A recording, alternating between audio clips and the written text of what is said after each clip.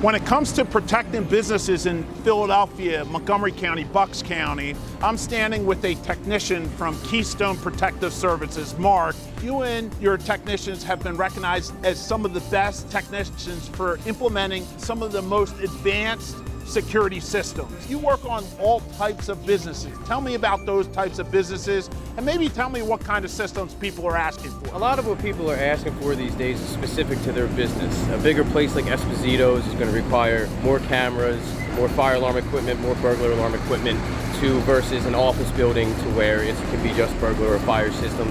But everything is specific to the customer's needs. If you need all three phases of security, we'll give you all three phases of security, no matter how big, how small the business is. Tell me how business owners are combating today using technology to fight against employee theft. A lot of businesses today use camera systems to go ahead and keep an eye on things that happen when they are and when they aren't here.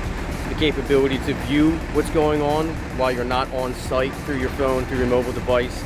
Also, hard access systems. You can go up and swipe a card. It will log you into the building. You swipe a card to get logged out of the building. So these things really help you keep track of where your employees are, and it allows you to see what's going on here 24/7. It really gives you some good peace of mind.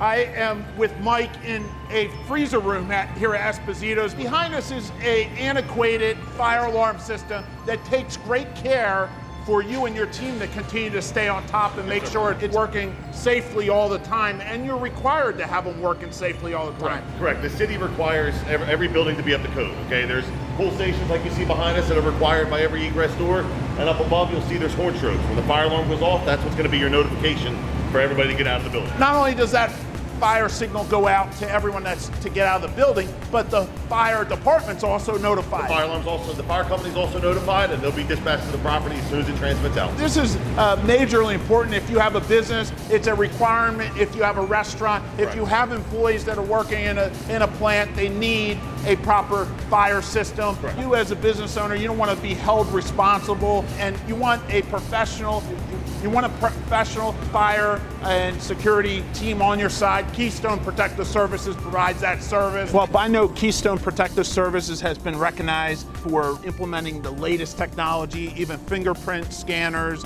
retina eye scanners, facial recognition. No project is too big for you to handle. Exactly. Whatever is needed, we like to come through and do whatever it is that they need to be done for your business.